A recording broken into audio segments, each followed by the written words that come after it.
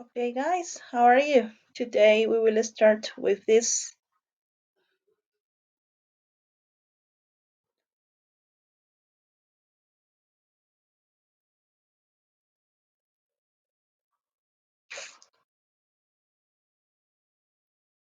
Well, this is a very famous song, If I Were a Boy, and it has connection with the topic of this day, and it is unreal conditionals.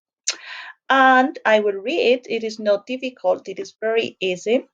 So here it is. We use if past tense would plus infinity to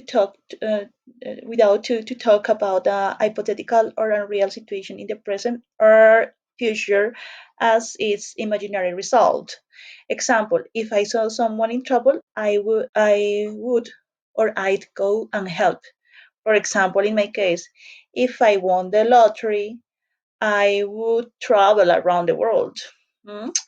So the clauses can be in any order, but we don't use comma if the would clause comes first. For example, I would travel around the world if I won the lotto. So we don't use the commas. Here is after we use were sorry after if we use were instead of was in certain fixed phrases. If I were you, I'd keep quiet. I means in this case, just for this conditional, we use were for the subjects I, he, she, it. It is formal speaking or formal writing. In an and more formal style, here it is. If I were stronger, I would have stopped that bullet. When we are not sure about the result, we can use might or could instead of would. If you try to help, comma, you could or might hurt yourself. It is when could and might, remember that we can use instead of would, when we are not sure about the result. We can also use could to mean would be able to. If someone had an accident, I could help him because I know first aid. So we will practice a little bit here and you will help me. Complete the sentences using the corresponding of the verbs in brackets. Use modal verbs where possible to express uncertainty or ability. For example, if I, if I were braver, I here would or probably um, might or could. I don't know if I wrote yes, or could be a firefighter. Would or could, both are possible.